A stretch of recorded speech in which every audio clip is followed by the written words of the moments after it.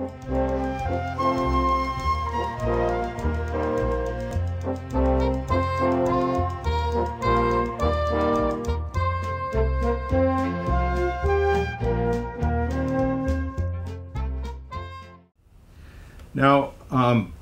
when you get to management, and you said you have a compensation committee that decides on the compensation of management, is that all the officers who are chosen by the board and the CEO? I assume you have a lot of different officers in the company, and the company's very large with 3,200 employees. But how many people does the board compensation committee deal with? It determines the compensation of all of the officers of the company. In addition, it's responsible for approving the annual bonus program, which encompasses all salaried personnel that work for the company. All right, so currently they determine not only the salaries and the salary ranges for all of the officers, but in addition, all of the bonuses for all of the salaried personnel. And so you really don't have the conflict of interest that typically arises when your CEO or the other officers are voting on their own compensation.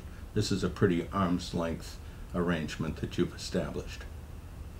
Yes, the board, the compensation committee takes into account various factors. They've actually even pulled information in from outside sources to go through to make sure that we're not overcompensating people and make sure that we're also still being competitive. And that committee has a very wide-ranging charter to be able to draw information in from outside sources and hire their own consultants, for example, to be able to determine what appropriate compensation would be. So yes, we believe that it is truly an arm's length transaction between the board of directors and the officers of the company from the standpoint of compensation. Okay, just to make it a little more specific, so that committee would very likely hire a compensation consultant.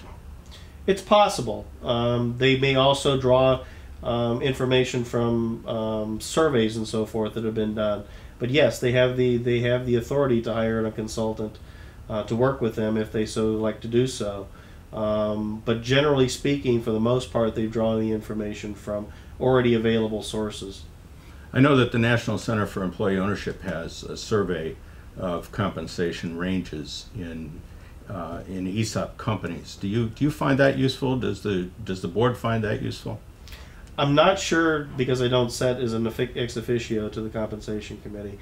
I'm not sure exactly what they've looked at in the past. I know that they have looked at some surveys that have been done. I don't know specifically if it was the NCEO survey, but I know they have looked at some general industry surveys that were done, and they've documented where we're at in relationship to those surveys.